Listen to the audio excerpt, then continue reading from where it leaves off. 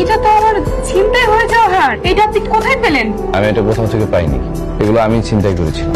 আমি একজন ছিনতাইকারী? হ্যাঁ, আপনি একজন ছিনতাইকারীকে বিয়ে করেছেন।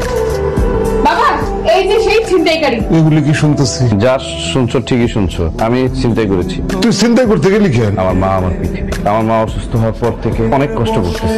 দেখার পর বলছে যে মার ইমিডিয়েট অপারেশন করাইতে হবে, তার জন্য 2 লক্ষ টাকা দরকার। আমার মা তখন কিছু কাজ করতেছিল না। মানে তুই বলতে পারতি। তোমাকে আর কত প্রেশার দিব মামা? বাবা মারা যাওয়ার পর থেকে তুমি আমাদের পাশে। আমার এক বন্ধুর দোকানে যাই টাকা হলা কিনতে, সেখানে গিয়ে আমি আমাদের দেখি যে গহনা কিনছে আর আমাদের ব্যাগে অনেক টাকা। তখনই আমি সিদ্ধান্ত নিয়ে যে আমি চিন্তাই করবো।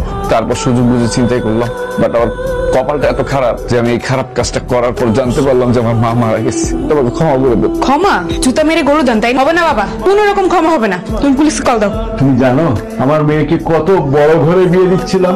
বাটপার জানো বাবা, আজকে খবরের শিরোনাম কি? 12তম বিয়ে করতে গিয়ে পুলিশের হাতে আটক জামাল চৌধুরী। বাবা, এটাই তো তোমার বড় ঘরের পাত্র? হ্যাঁ, এইটাই তো। আমার মনে হয় রকি ভাইয়া চিন্তাই করে ভালোই করেছে, নাহলে তো ওই বাটপারটার সাথে আপুর বিয়ে হয়ে যেত।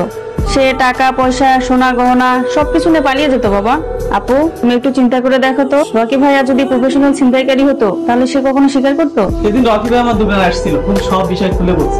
আপু তুমি রকি ভাইয়াকে পুলিশে দাও। রকি ভাইয়া, আপনি জেল থেকে ফিরে এসে আমাকে ছিনতাই করবেন, আমি আপনাকে বিয়ে করবো। যে ছেলে তার মায়ের জন্য ছিনতাই করতে পারে, সে ছেলে তার বউয়ের জন্য ডাকাতিও করতে পারে। জেল থেকে ফিরে এসে বিয়ে করবে, কত সব, তাই না? আমি আমার মনের জেলখানে একটা এখন শুধু এই জীবনে না, পরের জীবনেও তুমি জামিন পাবে।